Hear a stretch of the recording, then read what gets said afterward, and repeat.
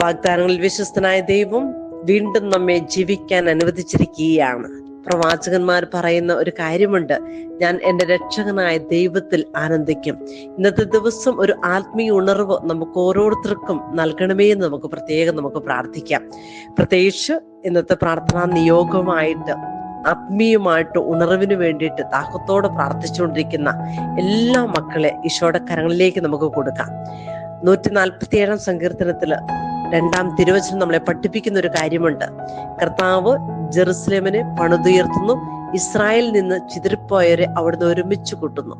തകർന്നു പോയ അല്ലെങ്കിൽ മാനസികമായിട്ടും ശാരീരികമായിട്ടും വേദനിച്ച് ദൈവത്തിന്റെ ആ വലിയ കാരുണ്യത്തിൽ നിന്ന് അല്ലെങ്കിൽ വിശ്വാസത്തിൽ നിന്ന് അകന്നുപോയ മക്കൾക്ക് ഒരു ആത്മീയ ഉണർവ് കൊടുക്കണമേ നമുക്ക് ഈ വചനത്തിന്റെ യോഗ്യതയാൽ നമുക്ക് പ്രാർത്ഥിക്കാം.